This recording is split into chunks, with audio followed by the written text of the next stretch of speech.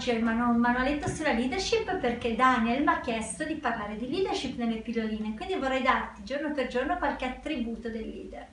Sono delle ricerche fatte negli Stati Uniti. Primo attributo, incrollabile coraggio, basato sulla conoscenza di se stesso e della propria competenza e attività. Nessuno desidera essere, qui c'è scritto dominato, però erano termini antichi, io tenderei a dire nessuno desidera essere ispirato da un leader che manca di fiducia in se stesso e di coraggio. Coraggio cosa significa? Avere la forza di buttare il cuore al di là dell'ostacolo, avere la forza di rischiare, avere la forza di andare al di là della paura, avere la forza di essere consapevole delle proprie risorse ed essere centrato ed avere autostima. Secondo attributo del leader è il self-control. Chi non è capace di controllare non potrà mai essere a capo di un gruppo di persone.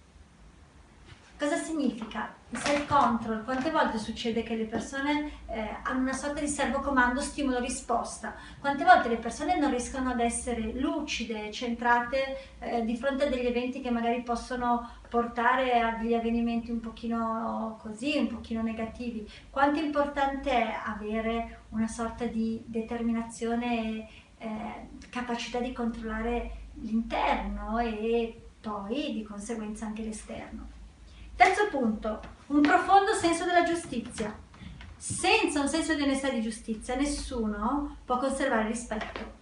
È così, è così. Cosa significa giustizia? Poi è logico, ogni persona ha un suo punto, un suo parere, ciò che è giusto per uno non lo è per un altro. Comunque ci sono dei must, ci sono delle linee guida che per tutti sono quelle. Etica, giustizia, capacità di essere congruente, capacità di premiare in un ambiente meritocratico e non in un ambiente clientelare come spesso succede. Io con i miei collaboratori li premio in base a ciò che sono e a ciò che fanno.